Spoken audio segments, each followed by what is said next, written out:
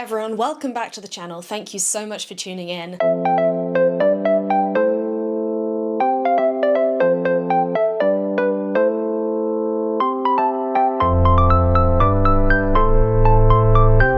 In this week's vlog, I'm going to discuss how you should sign up for your first ultramarathon and what race you should choose. So in the last few years, as many of you probably will have seen, the ultramarathon scene has absolutely exploded with a million new races popping up, not just in the UK, but worldwide. It's become a much more popular sport from what was essentially a very, very niche sport of just a few years ago. Because of that, it can be really difficult to choose your first race. And the reason it's so important to choose the right first race is because it's going to be super memorable. And the last thing I want for you guys is for you to sign up for a race, turn up to the start line and think, I hate this. And it's a long way, it's going to be super tough, no matter where you do it, but there are lots of things that will make a race better or worse. And so here are some of the things that you should look out for. So probably the most important thing to consider when you're looking for a race is its elevation profile. Its elevation profile is essentially how hilly is the race. If you live in a very flat area, it can be really difficult to train for hilly races because the strain and stresses that are placed on the body are very different to flat trails or flat roads. So if you live in the centre of London, it's going to involve a lot of travel and specific strength work to be able to train for a hilly or mountainous race. That's not to say that you shouldn't do it, but it is an extra stress or strain on the body. So if you are just starting out with your trail running journey and you haven't got that many miles under your belt, it just adds an extra layer of stress onto the body. So not only are you trying to up your mileage, but you're also trying to up the number of hills that you're doing each week, you're trying to increase your strength training each week, and you're also incorporating more trail running than road running into your program. And that's obviously super tough on the body. It's just something to consider when you first sign up for a race. Just to throw some numbers your way, basically what is considered a hilly race is 10 to 30 meters per kilometer of elevation gain. That's 50 to 100 feet per mile. 30 to 50 meters of ascent per kilometer is considered a very hilly run, and that is 150 to 250 feet per mile approximately. And those runs will be a lot tougher on the body than obviously slightly flatter runs. Like I said, it's not that you shouldn't sign up for them, it's just that you need to know what you're going to be capable of training for before you actually head out for the race itself.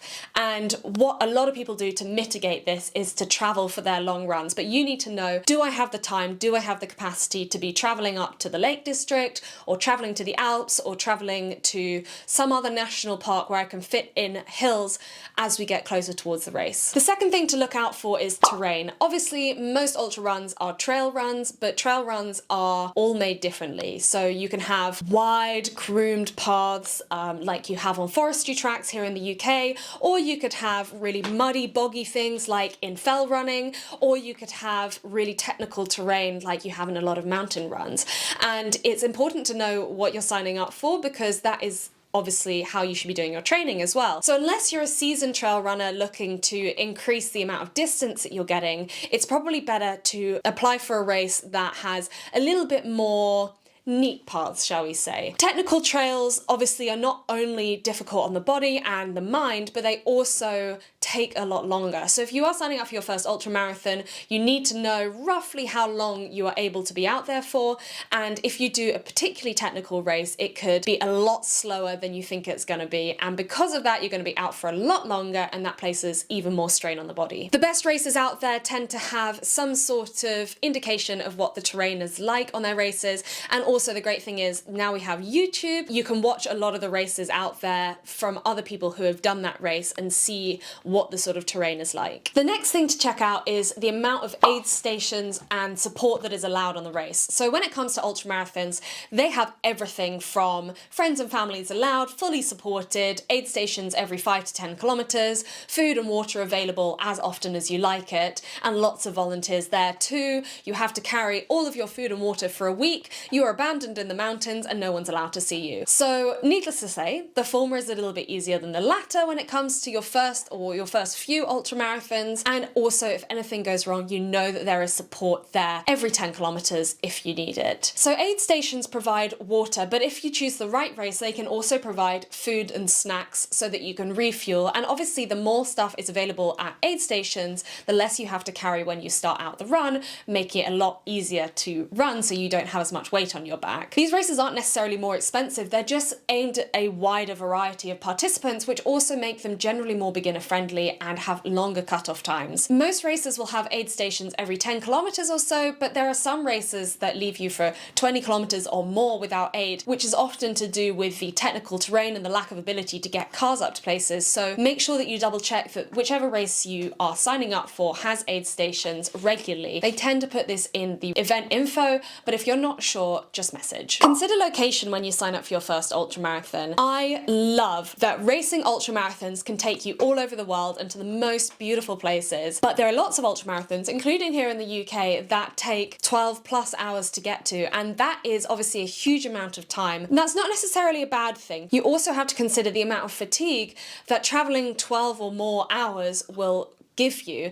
and do you have the time to arrive a few days before the ultramarathon, or are you going to be driving for the entire day, then racing 50 plus kilometers and then having to drive back straight after the race? Obviously all of these things are just about logistics, but to have the best experience possible, it makes sense to kind of think about what you're going to do pre, during and post race. What I like to do is combine a race with a holiday, so I'll arrive a few days in advance, just walk around, not do anything too strenuous, run the race, and then have a couple of days to decompress afterwards.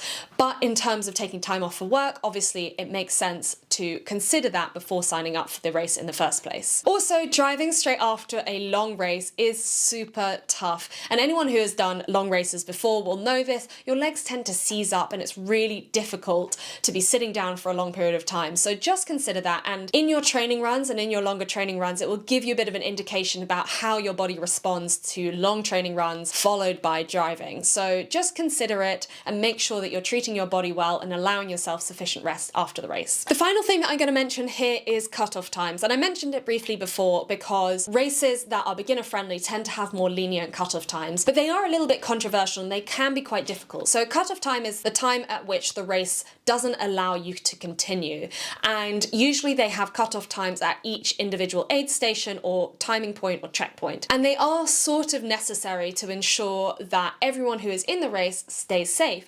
For example, they can't allow people to be out on a mountain after dark because then if they get lost, they're going to be much harder to find and it's not safe. Having said that, there are some races that have much stricter cutoff times, and that's a little bit more about wanting to attract faster runners, and that can be quite off-putting for beginners. If the race does look beginner friendly, chances are they'll have a cutoff time of what is approximately a steady walking pace throughout the race, and that allows you to run bits, walk bits, take some breaks, and generally take your time. But just double check about cutoff times, and it can be really difficult to know how long you're going to take in a race distance that you've never done before, especially if it's on trails and there are hills, etc, etc. It's not necessarily easy to extrapolate flat road runs to a 50-kilometer mountain race, but as you start to train up more, you can extrapolate the amount of time that it takes you to run, say, 20 kilometers on a hilly route, and then basically add a bit of extra time to try and give yourself enough time to get around the race that you do choose to sign up for. So it's just something to look at. Most races are generally as lenient as they can be because they do want people to finish and they want people to have a good time and to come back the following year. But there are some races that have these tight cutoff times as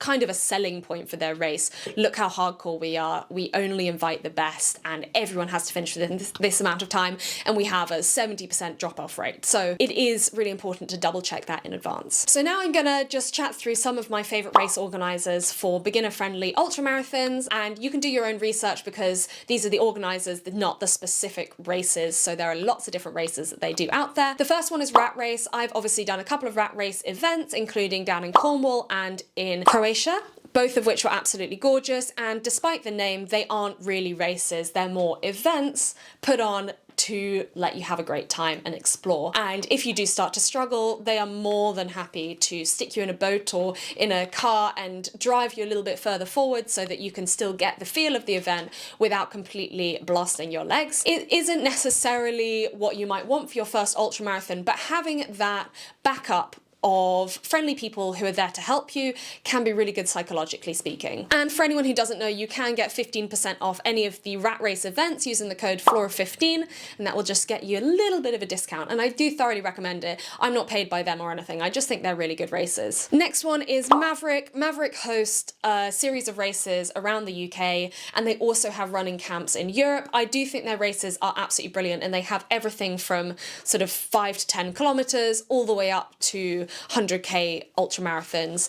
And the second ultramarathon I ever did was a Maverick one, and I loved it. They are well organized, they're really well route marked, there are friendly people everywhere, and they always have beer and pizza at the end, so it's a good vibe. Threshold Sports is the next one. They host the Race to the Tower, Race to the Stones, those sorts of events. I did Race to the Tower, which was my first and only 50 miles, 52.5 miles, about 85-kilometer race. The great thing about them is it's a real party atmosphere. They have brilliant aid stations with all the food that you can want. They're regularly spaced. The courses are really well marked. There's really friendly people. There are people almost the entire way along the 50-mile route, at least in the race that I did.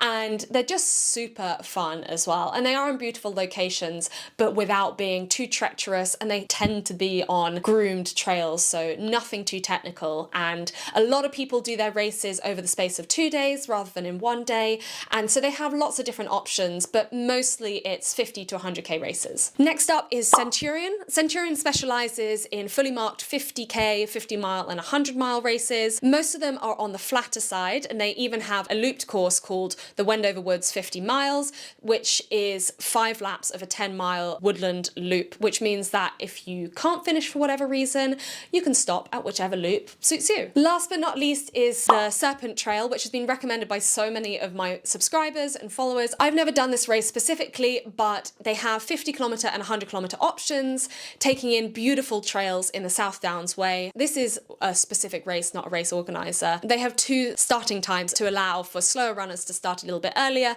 to allow them to get in within the cutoff times. So they are specifically there to allow for beginner runners or slightly slower runners to have a more leisurely day out. So I hope that helps. Make sure whichever race you sign up for, it's one that gets you excited, because the hardest part of running an ultramarathon, I think, is the training, not the ultramarathon itself. It's a lot of hours, it's a lot of hard graft, and if you are not excited about the end goal, then you're not going to want to do the training. And remember, you are capable of so much more than you think you are. I give all of these options because I think it's so important that people feel supported, but also I know that you guys, if you are signing up for an ultramarathon, you are capable of whatever you choose to put your mind to. And I know it's such a cliche, but I think ultramarathons is the ultimate thing to show us that we are capable of loads more than we thought we were. So don't underestimate yourself, and most importantly, have fun. It should be fun. We do these things for fun, and if it's not fun, what's the point? So make sure you're getting out there and enjoying yourself. So thanks so much for watching this video. If you did enjoy it, please do give it a thumbs up and hit the subscribe button. I will be back here next week with more running content. Bye!